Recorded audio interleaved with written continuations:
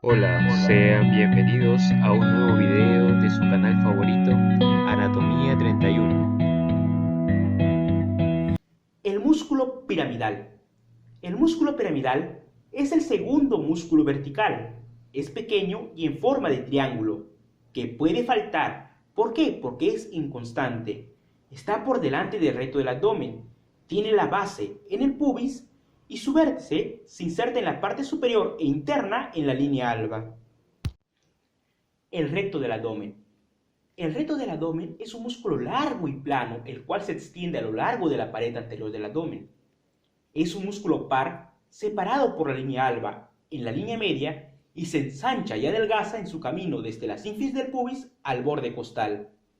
En toda la longitud de este músculo lo cruzan 3 o 4 bandas fibrosas o intersecciones tendinosas, las cuales reciben el nombre de metámeras.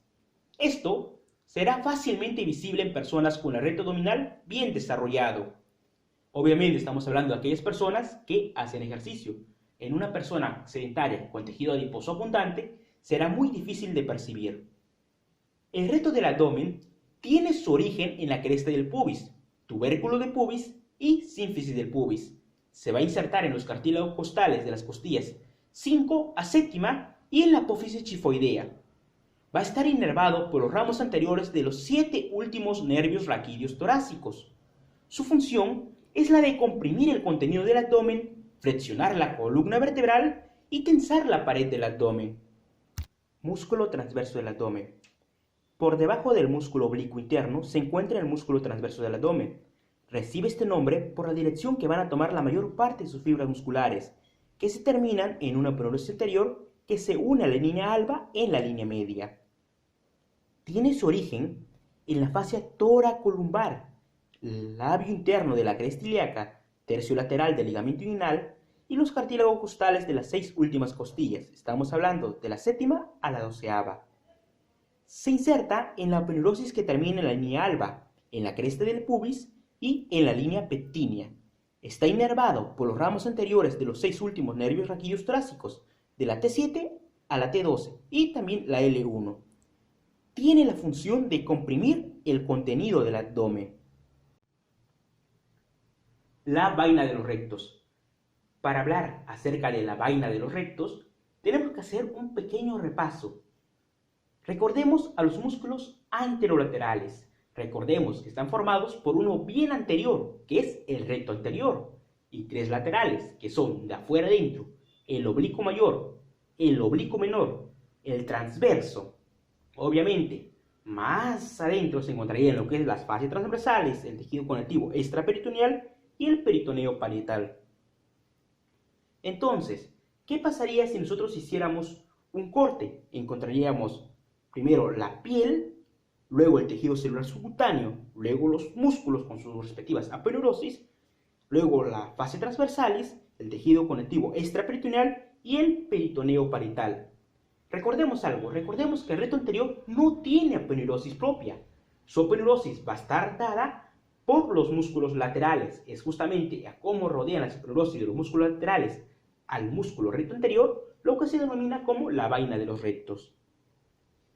Ahora bien, entonces repasemos cómo van a ir dirigidas, cómo van a envolver la aponeurosis de los músculos laterales al músculo recto anterior. La aponeurosis del oblicuo externo va a pasar anterior al recto anterior. La aponeurosis del oblicuo interno se va a dividir en 2 hojas, una hoja anterior y una hoja posterior. La hoja anterior va a pasar por delante, o sea, anterior al recto anterior, y la hoja posterior va a pasar posterior al recto anterior. Por último, la aponeurosis del transverso. La aponeurosis del transverso, las 2 terceras partes, pasan por detrás del recto anterior y el tercio inferior por delante. Por lo tanto, podemos decir que el transverso tiene 2 porciones, una retrorectal y una prerectal. El borde inferior de la porción retrorectal del transverso es cóncavo hacia abajo y se denomina arco de Douglas. Del arco de Douglas nacen fibras que se dirigen hacia abajo y hacia afuera y forman el ligamento de Kesselbach. que se une a la arteria epigástrica y forman el límite interno del orificio inguinal profundo. Por lo tanto, ¿qué llegaría a ser el arco de Douglas? Es aquella línea imaginaria en la cual, después de ella, todas las aponeurosis de los músculos van a pasar por delante del recto anterior. Estamos hablando que la aponeurosis del oblicuo externo pasa anterior al recto anterior. La aponeurosis del oblicuo interno, ambas hojas, tanto la hoja anterior como la hoja posterior, van a pasar anterior al recto anterior. Y la aponeurosis del transverso también va a pasar anterior al recto anterior. ¿Esto dónde es? Por debajo del arco de Douglas. Por encima del arco de Douglas sería como mencioné anteriormente.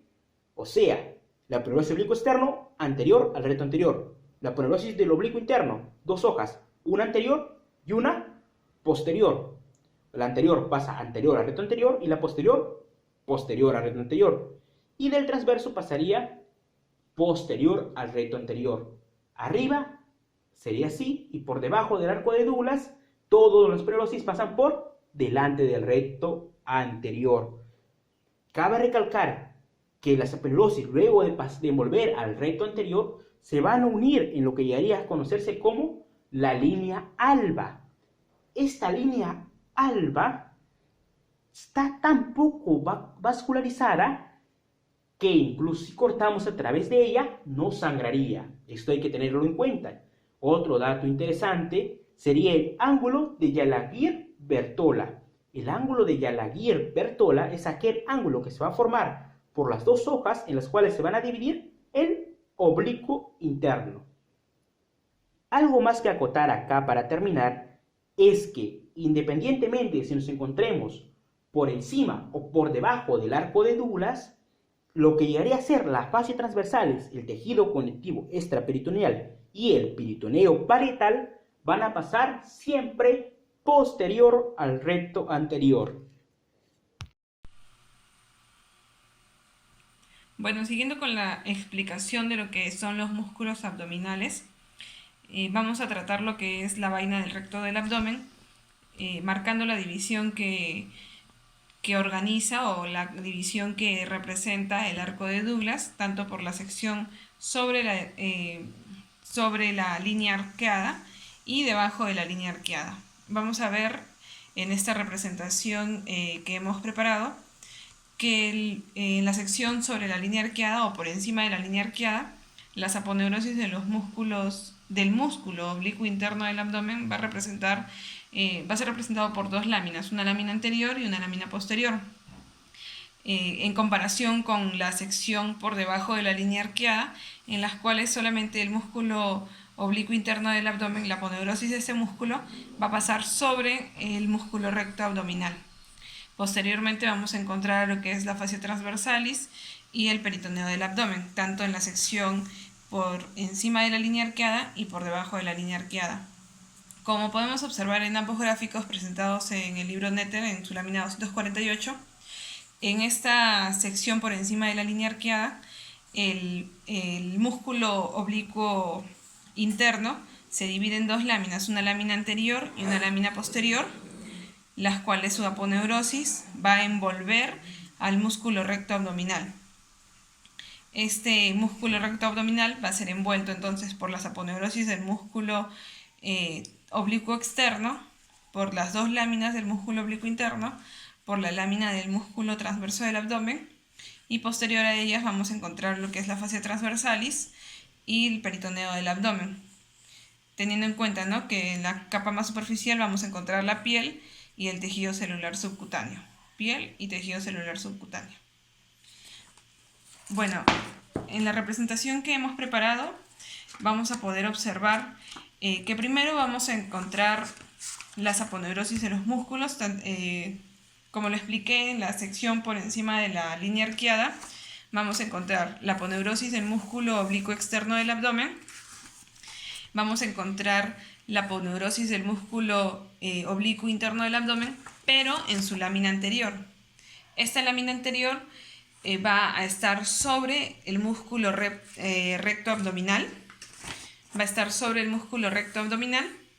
Y posterior a este vamos a encontrar la lámina posterior del músculo de la aponeurosis del músculo oblicuo interno. Posterior a esta lámina, que en representación sería toda, así como sería representada como las dos láminas anteriores, o sea, como las dos aponeurosis de los músculos anteriores. Luego, seguida de esta, encontramos a la aponeurosis del músculo transverso del abdomen y posterior encontramos la fascia transversalis y el peritoneo abdominal. Esto es sobre la línea arqueada, o sea, sobre el arco de Douglas.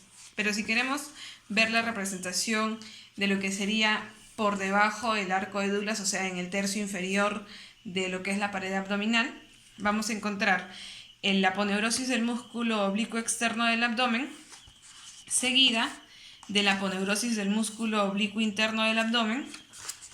Vamos a seguirla con aponeurosis del músculo transverso del abdomen, el cual va a estar por delante de lo que es el músculo recto abdominal. Posterior a esto vamos a encontrar lo que es la fascia transversalis y el peritoneo del abdomen. Entonces podemos marcar la diferencia entre las dos láminas que representa en las cuales son divididas la aponeurosis del músculo oblicuo interno del abdomen, que sería una lámina anterior y una lámina posterior, las cuales van a envolver al músculo recto abdominal y van a estar seguidas, ¿no? Tanto de la aponeurosis del músculo transverso y luego siguiendo la fascia transversalis y, como ya se mencionó, el peritoneo. Entonces, esta línea amarilla es una línea imaginaria que hemos planteado para hacer las divisiones tanto de las secciones por encima de la línea arqueada y por debajo de la línea arqueada. Bueno, y eso ha sido todo por el video de hoy. Nos vemos en un próximo video para este canal, tu canal favorito, Anatomía 31. Cuídense.